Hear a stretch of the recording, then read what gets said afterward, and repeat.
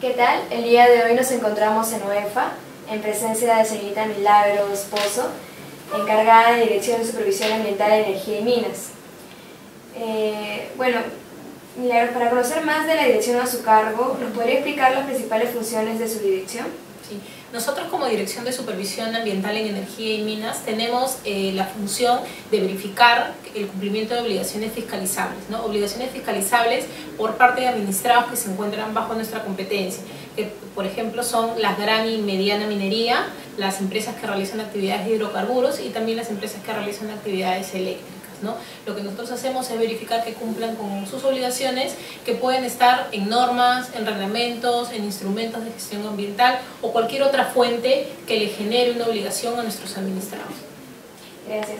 ¿Nos podría explicar cómo es un procedimiento de supervisión ambiental en su sector? ¿Cuáles serían sus objetivos y etapas?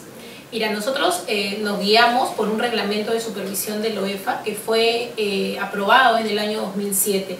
Este reglamento de supervisión, digamos que regula todas las facultades, toda la función de supervisión que tiene la institución y en el caso específico regula 3 etapas bien marcadas, ¿no? Que son la etapa de planificación, la etapa de ejecución y la etapa de resultados. La etapa de planificación o la etapa preparatoria implica que nosotros tenemos que hacer una revisión de los antecedentes del administrado al que vamos a supervisar.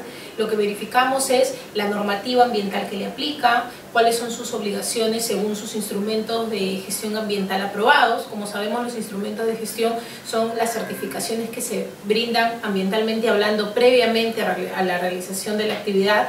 También revisamos si es que tienen procedimientos sancionadores iniciados, ¿no? Y también vemos si es que tienen medidas administrativas. Con toda esta información, lo que nosotros hacemos es armar nuestro plan de supervisión. Un plan de supervisión que básicamente tiene por finalidad determinar qué vamos a hacer, cómo lo vamos a hacer, ¿no es cierto? Y cuál es el objetivo o la finalidad, que en este caso es verificar el cumplimiento de normas.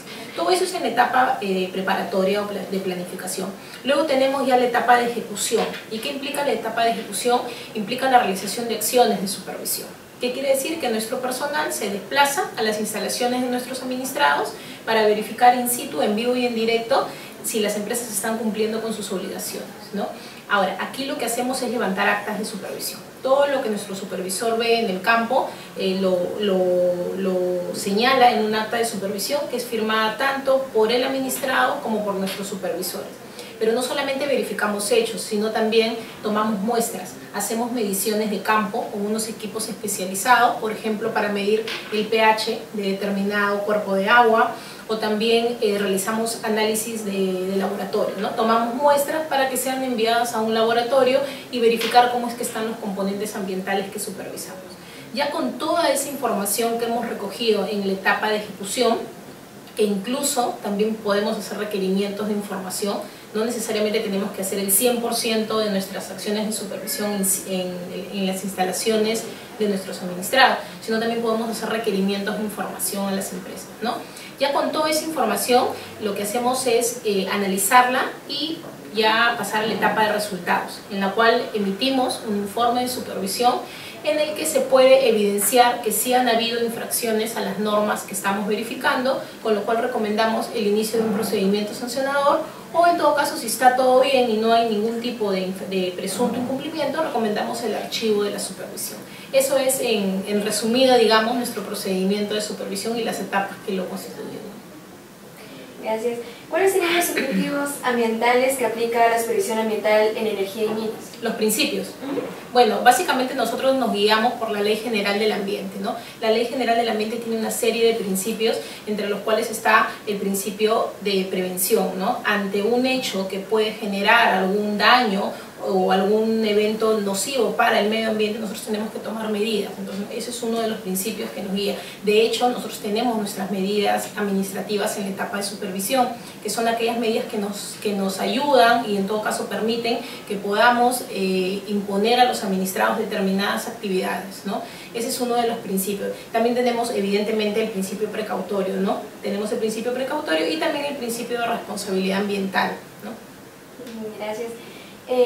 ¿Cuáles son los tipos de supervisión ambiental que realiza su dirección? Nosotros en el reglamento de supervisión hay 2 tipos de supervisiones, que son las supervisiones regulares y las supervisiones especiales.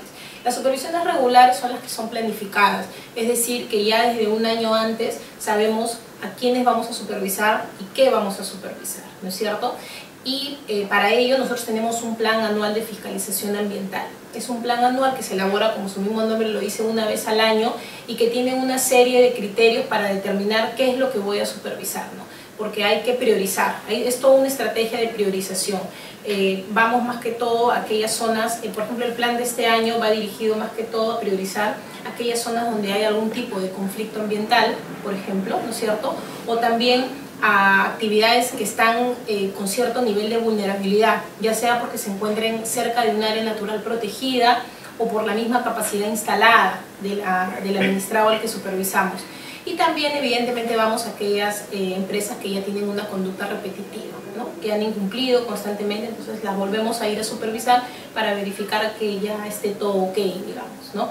Entonces nuestro objetivo, ese es un tipo de acción de supervisión, pero también tenemos las supervisiones especiales, ¿no? Nunca estamos eximidos de que ocurra una emergencia ambiental, por ejemplo puede ocurrir un incendio, puede ocurrir un derrame de relaves, ¿no? O de repente un corte en el oleoducto. Todas esas situaciones también tienen que ser atendidas y como estas no se pueden planificar, son situaciones especiales que también son atendidas y cuyo objetivo en ambos es verificar que se cumplan las normas.